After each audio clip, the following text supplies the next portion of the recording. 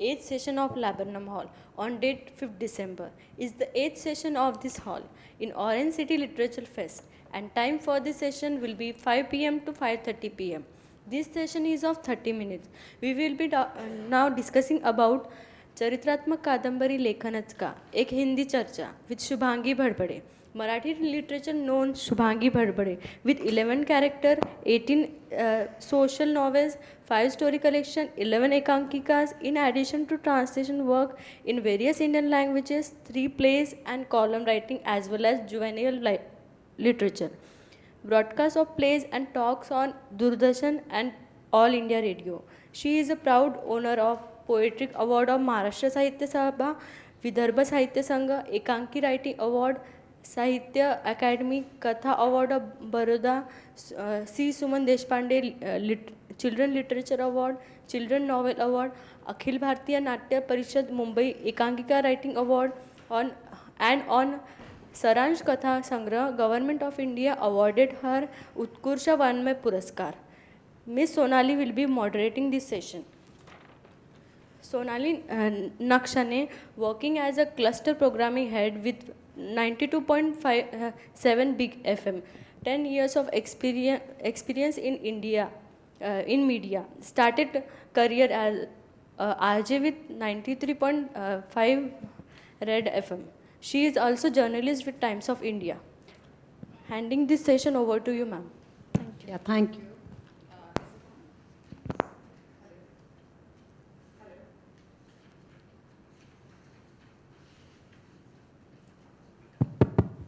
Hello. Thank you very much. चला, एक छान आहे की इथे गर्दी नसली तरी फार दर्दी उपस्थित आहेत, तर सगळ्या दर्दींसाठी एकदा जोरदार टाळ्या होऊन जाऊ देत. आणि सगळे असे या की आता म्हणजे all you people students can come here, so we also feel good. Ma'am तुम्ही पण जर येऊ शकलात तर, इफ यू डोंट माइंड. अगदी या गप्पा होणार आहेत यात काही संशय नाही आहेत. म्हणजे ज्या पद्धतीने आपण बसलो आहे, एक असं राऊंड टेबल कॉन्फरन्स आणि सगळी अशी चर्चा छान रंगणार आहे. कारण अतिशय तरुण म्हणजे 70मधला असा अगदी या शहरातला तरुण चेहरा आपल्या समोर आहे, आपल्या सोबत आहे आणि उत्साहाने आपल्यालाही 18 वर्षाच्या पोरींनाही मागे पाडणारा त्यांचा उत्साह आहे. असं त्यांचं व्यक्तिमत्व. सदैव लिहत राहणं, काहीतरी बघत राहणं आणि टिपत राहणं, आयुष्यातल्या चांगल्या गोष्टींना प्रवास करत राहणं, या सगळ्या गोष्टींचा जो व्यासंग आहे, तो व्यासंग जोपासणाऱ्या अशा कर्तृत्ववान स्त्रीला सलाम पहिल्यांदा, ज्यांचं नाव आहे शुभांगी भडभडे. प्लीज जोरदार टाळ्या या व्यक्तिमत्वासाठी. आपले या सेशन आहे की कादंबरीच का, हा विषय आपण जेव्हा घेताना मी तुमच्याशी जेव्हा फोनवर पण बोलत होते तेव्हा हा एक विषय मलाही आवर्जून क्युरिओसिटी होती, जिज्ञासा होती की विचारायची की हा जो विषय आहे नेमका कादंबरी, कारण कादंबरीमध्ये नेहमी चरित्र शोधायला लागतं आणि चरित्र शोधण्याची ही जी सवय आहे तुमची, ही बालपणाची सवय होती की नेमकी म्हणजे लेखिका म्हणून तुम्ही हे सगळी म्हणजे निर्माण झाली?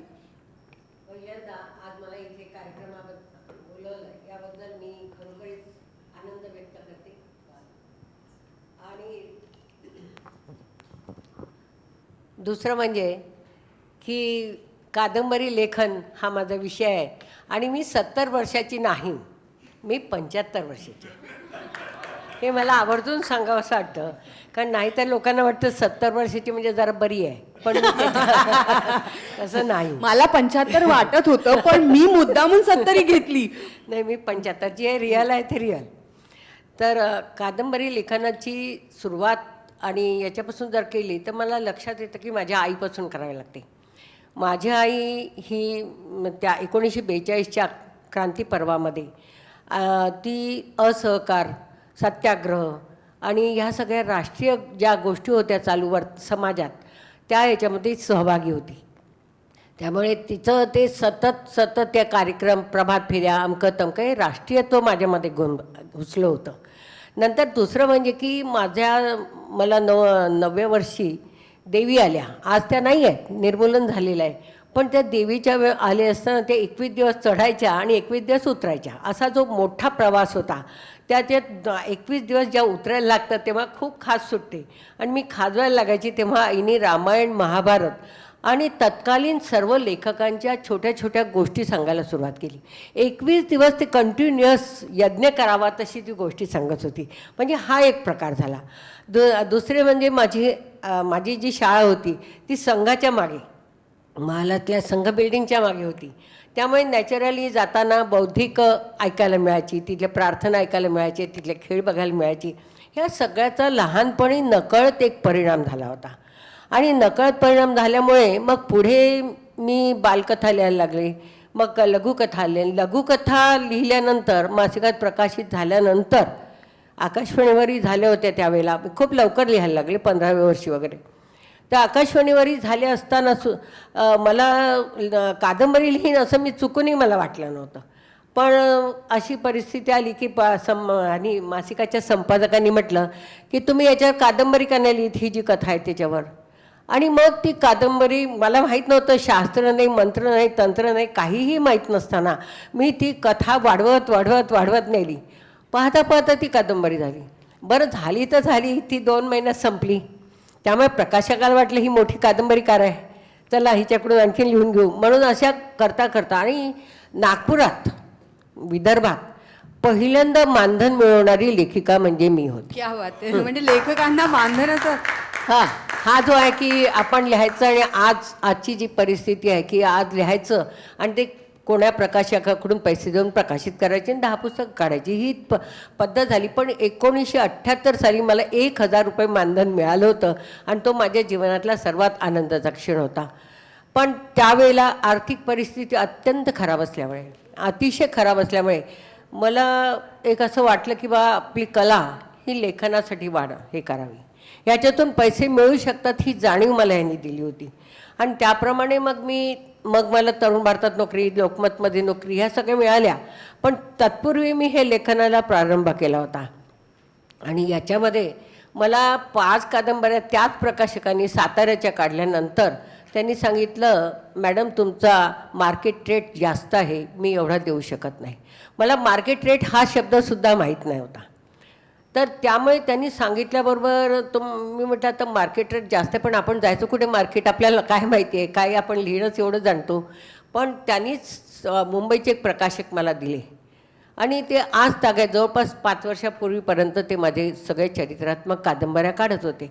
बरं, सामाजिक कादंबऱ्या लिहिल्यानंतर असं वाटायला लागलं की सामाजिकनी प्रसिद्धी आणि पैसा तर मिळाला, पण मनाचं समाधान नाही मिळालं. मी हेच तुम्हाला थोडंसं हे करेल, कारण चरित्रात्मक कादंबरींचा उल्लेख तुम्ही केला आणि तुम्ही अतिशय असे चरित्रात्मक कादंबऱ्या लिहिल्या आहेत ज्या चरित्रांकडे कदाचित कुणाचं त्यापूर्वी लक्ष गेलेलं नव्हतं. म्हणजे आपण बोललेलो तर कालिदासांबद्दल तुम्ही सांगितलं, त्यांच्याबद्दल तुम्ही चरित्रात्मक कादंबरी लिहिली आणि मला ते नागलिका, एम आय राईट? नागनिका या चरित्राबद्दल फार आवर्जून तुम्ही बोलला होता. तर हे चरित्र तुमच्या आयुष्यात आले कसे? आणि ते मला त्या नागनिकाबद्दल ऐकायला आणि सगळ्यांना तिच्याबद्दल जर तुम्ही सांगितलं आणि ते चरित्र तुमच्या कादंबरीतून कसं आलं हे तुम्ही जर सांगितलं तर मला खूप आवडेल. तर ह्या सामाजिक कादंबऱ्यानंतर प्रवास झाल्यावर आनंद तर मिळाला, प्रसिद्धी मिळाली, सगळं मिळालं, पैसाही मिळाला, पण मला समाधान नव्हतं. आणि त्या समाधान नसल्यामुळे मग काय झालं की मी चरित्रात्मक आहे, माझ्या मनात ते अगोदरच होतं, बीज पेरलेलंच होतं, ते फक्त उगवायला लागलं. आणि असं वाटलं की काहीतरी आपण चांगलं केलं पाहिजे. आणि समाजामध्ये जे दिसतं ते साधारण त्याच्यासाठी लेखक लिहित असतो. समाजातल्या समस्या असो, समाजातल्या समस्यांचं निवारण असो. आणि ह्यासाठी या गोष्टी मला लक्षात आलं की एकही राष्ट्रीय नेता आज असा नाही की ज्याचा आदर्श समाजाने ठेवावा. मग हे होऊन गेलेले जे नेते आहेत, युगपुरुष आहेत, यांचं चरित्र मी हे करायला सुरुवात केली. आता नागनिकाबद्दल सांगते. अशा 11 कादंबऱ्या 12 कादंबऱ्या झाल्या आणि नंतर मी नागनिकाकडे वळले. नागनिका 1900 म्हणजे इसवी सन पूर्वी 69 यावेळेला क्लिओपात्रा ही इजिप्तची राणी झाली होती आणि ती जगातली पहिली राज्यकर्ती स्त्री म्हटलं जातं. आणि सहजच तिथे पवनीला उत्खनन झालं आणि त्याच्यामध्ये काही अवशेष सापडले. ते सातवाहन काळातले होते आणि हे जेव्हा मी बघितलं, हे जेव्हा ऐकलं, वाचलं आणि इतिहास तज्ज्ञाकडून त्याची खात्री करून घेतली, तेव्हा म्हटलं की ह्या राणीवर लिहिलं पाहिजे. ही राणीचा जेव्हा शोध घ्यायला गेली, त्या पहिल्यांदा तर मी बाजूला झाली, पण नंतर मात्र त्याचं लक्ष केंद्रित झालं की ह्या राणीचं आहे काय नेमकं. तर हिने नागपूरच्या पवनीजवळ राज्य केलं पहिल्यांदा आणि नंतर ती पैठणला गेली. तिने राजधानी हलवली आपली आणि पैठणला गेली. तर ह्या राणीनी अल्पावधीत नवऱ्याचा मृत्यू झाल्यानंतर तिने 2 लहान मुलांना ह्याच्यावर ठेवलं राज्यावर आणि स्वतः राज्य केलं. तर ह्या राज्यकर्त्या स्त्रीने आजच्या ज्या समस्या आहेत, इसवी सन पूर्वी 200 वर्ष अगोदर तिने त्या समस्या हाताळल्या. म्हणजे आश्चर्य वाटेल की त्यावेळेला अंतर्गत सुरक्षा, बाह्य सुरक्षा, दारूबंदी, नंतर स्त्री सन्मान, ह्या ज्या आज आपण पाहतोय, पेपर सगळेजण वाचतात, मी सांगायला नको आहे, तर ह्या सगळ्या घटनांचा त्यावेळेला तिने उच्चार केला. एवढंच नव्हे तर त्याबद्दल पण सांगितलेलं की टोल टॅक्स या टोल टॅक्स, संदर्भातला हां. नागरिकाचा जो संदर्भ तुम्ही दिलेला तो कसा. हां, तर त्यावेळेला म्हणजे त्या सगळ्या नागरिकेच्या संदर्भात माहिती जमा करत असताना मी कल्याणजवळ जुन्नरला गेले. तिथे नाणेघाट आहे. त्या नाणेघाटाचं काय केलं तिने, खाली कल्याण बंदर होतं आणि ह्या बंदरातून जाणारा जो माल होता तो म्हणजे सुंदर स्त्रिया, रेशमी वस्त्र, दारू, ही सगळी पैठण मार्गे मध्य प्रदेशात जात होती. तर ह्या सगळ्याला हे करण्यासाठी म्हणून तिने एक टोल टॅक्सची प्रथा केली की आपल्या याच्यात फुकटच माल येतो आणि त्या मध्य प्रदेशात जातो राजांचा विलासाकरता. तर तिने मग हा सगळा सुरू केला टोल टॅक्स. तिथे 2 हातात मावणार नाही एवढा दगडी रांजण आजही आहे. आणि हा रांजण तिने बघितला, तिने केला आणि शिलालेख लिहून ठेवला. आणि मग मला संदर्भ सापडले. तोपर्यंत फक्त असं वाटत होतं की हिला संदर्भ सापडते का, इसवी सन पूर्वी 200ची आहे, कुठे इतिहासात ती लुप्त झालेली आहे. पण त्या ठिकाणी मग कर्नाटकापर्यंत तिचे संदर्भ सापडले, शिलालेख सापडले. तिने घाट मंदिरं, अहिल्याबाई होळकरने आपल्याला माहीत आहे की तिने घाट मंदिर बांधले. हिने गोदान, भूदान, सुवर्णदान आणि कितीतरी प्रकारची दान केली. ही मुस्लिम स्त्री, शकस्त्री आणि तिने वैदिक हिंदू माणसाशी लग्न केलं आणि लग्न केल्यानंतर तिने यज्ञ संस्कृती जोपासली. त्या काळात तिने 1 महिन्याचे यज्ञ केले, म्हणजे महायज्ञ केले. एवढं सगळं करणारी स्त्री सामाजिकही तितकीच होती, यज्ञ संस्कृतीशी जुळलेली होती, तितकीच सामाजिक राणी म्हणून त्यांनी काम केलं, जे मगाशी मी तुम्हाला सांगितलं. ह्या अशा प्रकारचं नागरिकेचं मला खरोखरीच आवडलं. आणि ती नागपूरहून, मुंबईहून प्रकाशित झालीच, पण ज्ञानपीठ, भारतीय ज्ञानपीठाने सुद्धा ती प्रकाशित केली. आणि एवढंच नव्हे तर 6 महिन्यात त्याची 2री आवृत्ती पण निघाली. एक लक्षात आलं यावरून, तुमच्या लिखाणामध्ये नेमकं नागरिका असू देत किंवा समाधीमधली कुठली ती नायिका असू दे, पुरोगामी विचारसरणीची स्त्री तुम्ही नेहमी दाखवण्याचा प्रयत्न केलाय तुमच्या चरित्रात्मक कादंबरीतून. म्हणजे आधुनिक स्त्री, तुम्ही त्या काळातली ही आधुनिक स्त्री घेतली, पुरोगामी स्त्री घेतली. हा जो विचार संदर्भ आहे हा कसा आहे आणि कादंबरी लिहिताना तुम्ही याचा चाणाक्षपणे विचार करता का.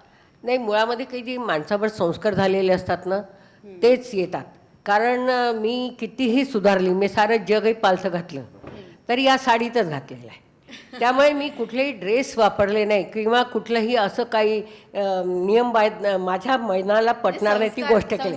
हां, त्यामुळे संस्काराच्या पलीकडे मी कधी गेली नाही. म्हणजे एवढाच नव्हे तर ज्या शृंगारिक कादंबऱ्या लिहिल्या त्यासुद्धा एका मर्यादेपर्यंत स्त्री परत आली किंवा पुरुष परत गेला आहे. मग याच्या पलीकडे ओलांडली नाही, कारण मला ती ओलांडणं आवडणार नाही. आणि समाजासमोर जर ठेवायचं असेल, आज असं सर्रास लेखन चालू आहे, ज्या स्त्रियाही लिहित आहेत, इतक्या निर्भीडपणे लिहित आहेत की मला आश्चर्य वाटतं की खरंच गरज आहे का. आणि असं असताना मी मात्र अजूनही सोज्वळपणे लिहितात. लोक म्हणतील देवमंदिरातली स्त्री आहे, पुढे जातच नाही, पण शक्य आहे असं. फार इंटरेस्टिंग वाटतं. पण आता आपण थोडंसं कादंबरी नाही होतो, कारण याचं कारण असं की आज जेव्हा लेखिका, मी म्हटलं मगाशी लेखक तर ठीक आहे, पण लेखिकाही इतक्या निर्भीडपणे लिहितात, तेव्हा आमच्यासारख्या स्त्रियांना, म्हणजे ज्या काही काळापूर्वी होऊन गेल्या, यांना असं वाटतं की हे होऊ नये, याचा परिणाम चांगला होणार नाही. आणि आज आपण बघतोय ठिकठिकाणी, आज जी समाजामध्ये चाललेल्या घटना बघितल्या तर लक्षात येतं खरंच स्त्री पुढारली म्हणतं, खरंच पुढारली का. आणि ती मग पुढारली तर स्वावलंबी का नाही झाली, ती स्वतःचं रक्षण का नाही करू शकत, म्हणजे ती परावलंबी आहे का. एकीकडे असे उत्तरं जर आपण प्रश्न काढत गेले तर त्याची उत्तरं काहीही मिळणार नाही. त्यापेक्षा आपण एका संस्कृतीला धरून चाललं. मला आठवतं की जेव्हा मी लिहायला लागली तेव्हा नागपुरात फारसे कमी लेखक होते जे लिहित होते. मी वृत्तपत्रात काम करत 17 वर्षे वृत्तपत्रात केलं, अनेक माणसाशी संबंध आले, पण एक स्त्री प्रतिमा जी लोकांसमोर असते ना, तिला टच करण्याचं कोणी सामर्थ्य नसतं त्यांच्याजवळ, असं मला तरी वाटतं. कारण हा अनुभव आहे. आणि या संदर्भाला समोर घेत जाऊन तुम्ही जे समाधी त्या संदर्भाबद्दल सांगा ना. मला समाधी कादंबरी 1978 साली लिहिलेली आहे. त्याच्यानंतर मला खर्च पाणी बरंच वाहून गेलं आहे, मला खरंच आठवत नाही या. अच्छा. पण तुम्ही मला एक कादंबरीबद्दल बोललात जी एका स्मशानभूमीतून सुरू होते. त्या कादंबरी कशी ती जन्माला आली आणि ती एक जी कथा आहे ती कादंबरी स्वरूपात कशी आली त्या संदर्भात? नाही, म्हणजे एकदा व्याख्यानमालेसाठी पाचोऱ्याला गेले होते. तर तिथल्या कलेक्टर लेडी होती, नंदिनी काहीतरी, नंदिनी नाव होतं तिचं. ती मी म्हटलं की संध्याकाळी माझं भाषण आहे आणि आता सकाळी मी काय करावं. तर म्हणे तुम्हाला स्मशान पाहायला नेते. आता स्मशान पाहायला नेते ही काय प्रेक्षणीय गोष्ट आहे का? पण म्हटलं चला वा, ही म्हणते आहे तर पाहूनच येऊ.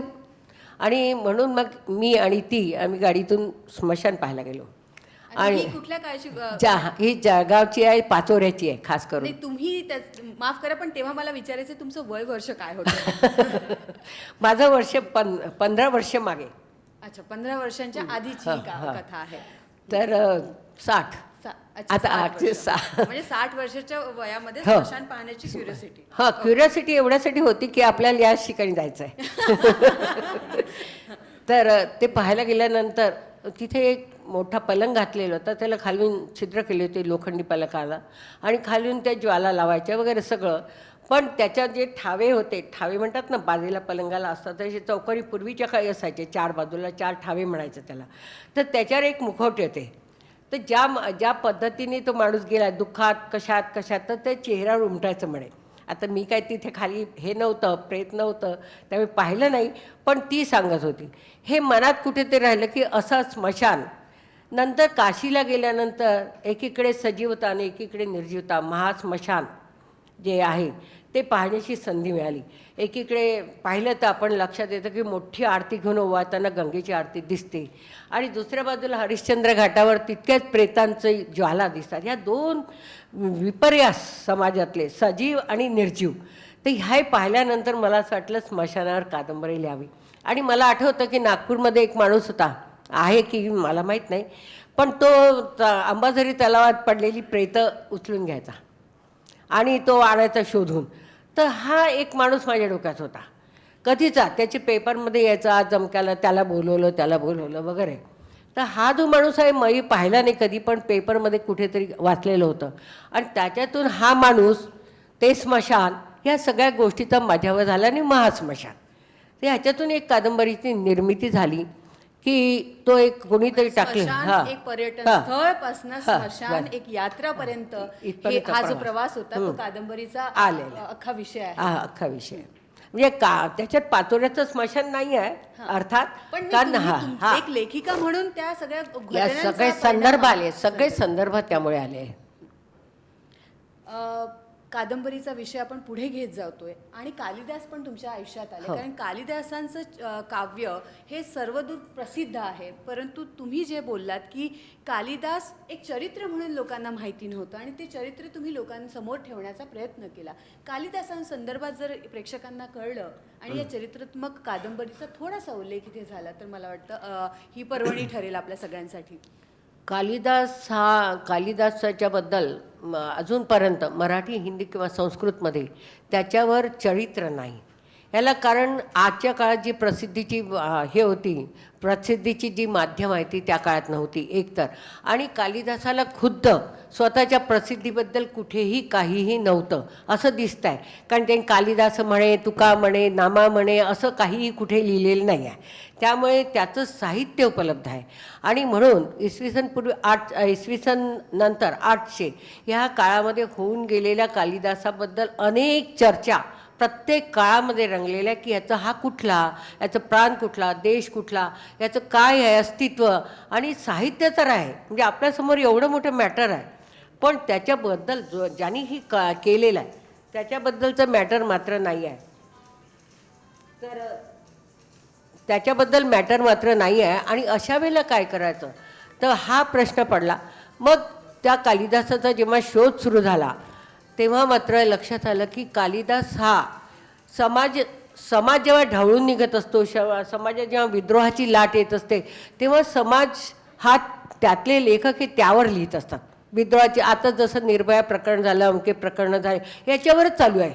म्हणजे साहित्य कसं निर्माण होतं त्याच्यावरून निर्माण होतं. तर ह्या समाजातल्या घटना, त्या काळामध्ये शांतता होती, गुणग्राहकता होती, वेश्यांना सन्मान होता. ह्या सगळ्या घटना जर बघितल्या तर कालिदास हा चंद्रगुप्ताच्या काळात झालेला असावा हे सिद्ध होतं. हा पहिला चंद्रगुप्त मौर्य की चंद्रगुप्त, तर चंद्रगुप्त मौर्याच्या वेळेला धनानंद आणि चंद्रगुप्त मौर्य यांच्यातलं युद्ध बघताना ही प्रथम क्रांतीची पावलं होती. नंतरचं झालं समुद्रगुप्ताच्या वेळेला एवढी युद्ध नव्हती जी मूळ स्वरूपाची होती. आणि ह्याच्यामधला काळ हा चंद्रगुप्ताचा हा सुवर्ण काळ मानला जातो.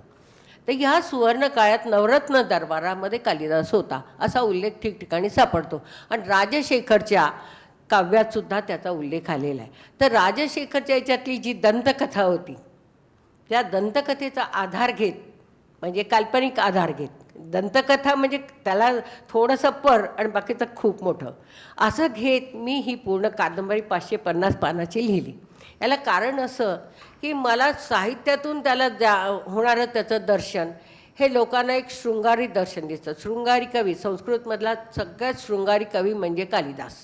ह्यांनी निसर्गातला शृंगार, मानवी जीवनातला शृंगार आणि शृंगाराची विविध रूपं इतकी विविधांगी दाखवलेली आहे की त्याच्यावर एक प्रकारे मला असं वाटायचं की नेहमी हा शृंगार कवीच का, एवढंच का याचं हे रूप.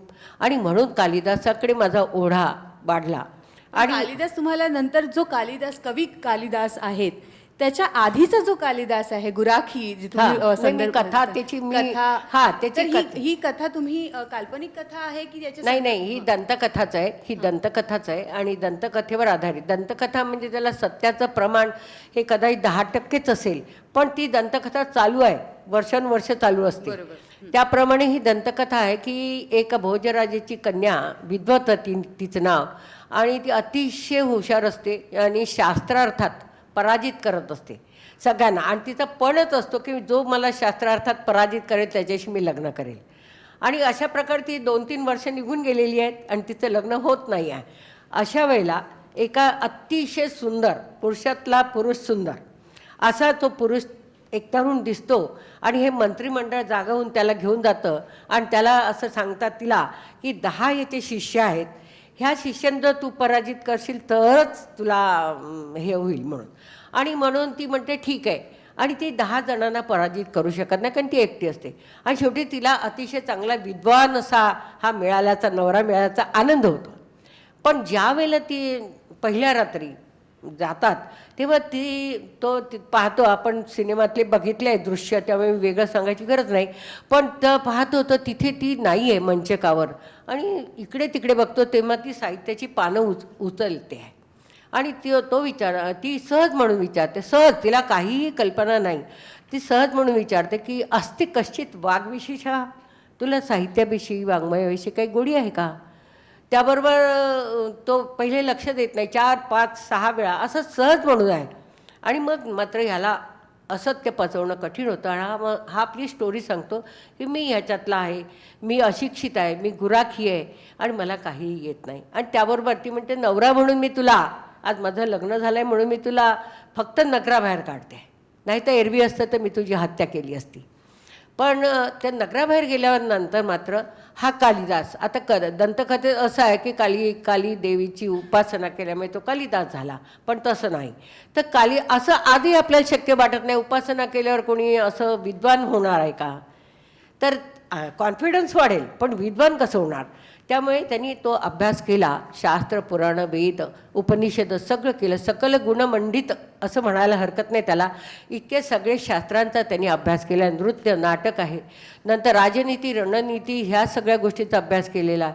ह्या सगळ्याचा अभ्यास वेदशास्त्र नंतर स्मृती श्रुती आरण्यके ब्राह्मणे कितीतरी सांगावं इतकं त्याचा अभ्यास केला. नृत्य आणि नाट्याचाही अभ्यास केलेला आहे, व्याकरणाचा अभ्यास केला. हे सगळं केलं त्यांनी अभ्यास. आणि त्यावेळेला चंद्रगुप्त राजा त्या ठिकाणी आलेला, त्या वसंतोत्सवात एका आलेला आहे आणि तो म्हणतो की तो एक सगळ्यांना भाग घेता, विद्यार्थी जसे भाग घेतात तसा तोही भाग घेतो.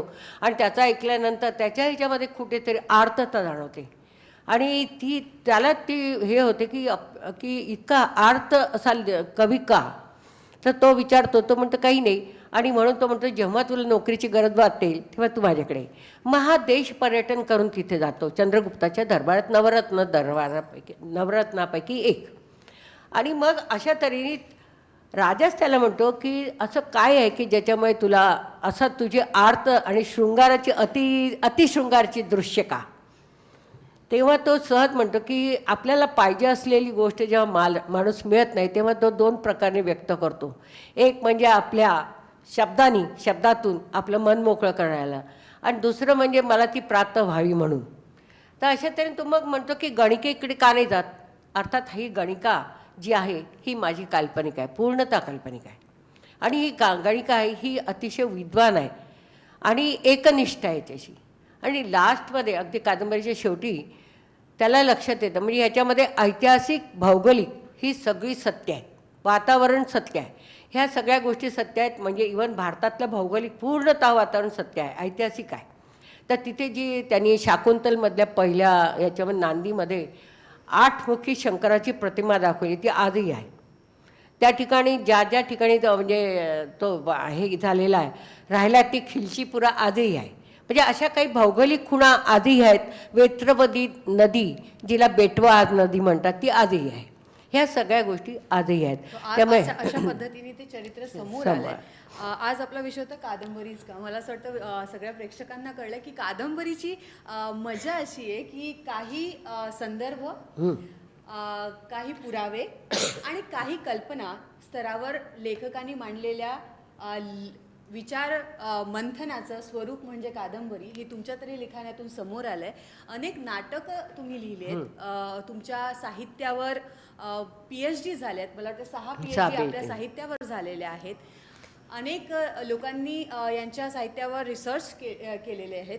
आणि अशा लेखिका आज आपल्या नागपुरातून आहेत आणि आजही आपल्याला लाजवेल इतका उत्साह, इतकं शिक्षणाची गोडी, इतकी शिक्षणाची गोडी, इतकं सतत कार्यरत, चरेवेती ज्याला म्हणतात, सदैव चालत राहणे असा जो संदर्भ घेऊन जगणारे माणसं आज आपल्याला प्रत्यक्ष बघायला आणि अनुभवायला आणि अगदी त्यांच्याशी बोलायला बघायला मिळालेत. आपलं हे सुदैव आहेत. मला वाटतं सगळे आता नवीन कुठेतरी एखादा लेखकही यात बसलेला असेल आणि त्यांना नक्कीच मार्गदर्शन मिळेल की आयुष्यात कुठे आणि कसं लिहायचं असेल. आणि कादंबरी जर विषय असेल तर नक्कीच तुमच्या कथा आणि कथांना, तुमच्या डोक्यात किंवा मनात असलेल्या विचारांना तुम्ही कागदावर उमटवू शकता आणि मग प्रकाशितही करू शकता. तुम्ही नाही म्हणजे वाचू तरी शकता. कमीत कमी आज क्युरियोसिटी निवडत आहे की कालिदास वाचावा असं निर्माण होईल मला. गुराखी ते कथा का असोनात, पण तो गुराखी ते कवी कालिदास यांचा जो प्रवास आहे तो प्रवास आपल्याला ऐकायला मिळाला. तुम्ही इथे आलात, तुमचा वेळ दिलात आणि ऑरेंज फेस्ट लिटरेचर फेस्टची शोभा वाढवली यासाठी तुमचे मनापासून आभार. तुमचं मनस्वी स्वागत एकदा आणि तुम्हाला शुभेच्छा. अगदी 100 वर्षापर्यंत हेच तारुण्य तुम्ही जपत राहावं अशा शुभेच्छा. धन्यवाद. धन्यवाद म्हटल्यानंतर 4 वाक्य म्हणते की खरंच असं बोनस आयुष्य मिळालं आहे. पूर्वी गरजेसाठी लिहिलं आणि आता बोनस आयुष्य मिळालं आहे म्हणून लिहिते आहे, बाकी काही नाही. आणि सगळ्यांच्या शुभेच्छा आहे म्हणून लिहिते आहे. क्या बात है. प्लीज जोरदार टाळ्या. Thank you ma'am. Thank you very much.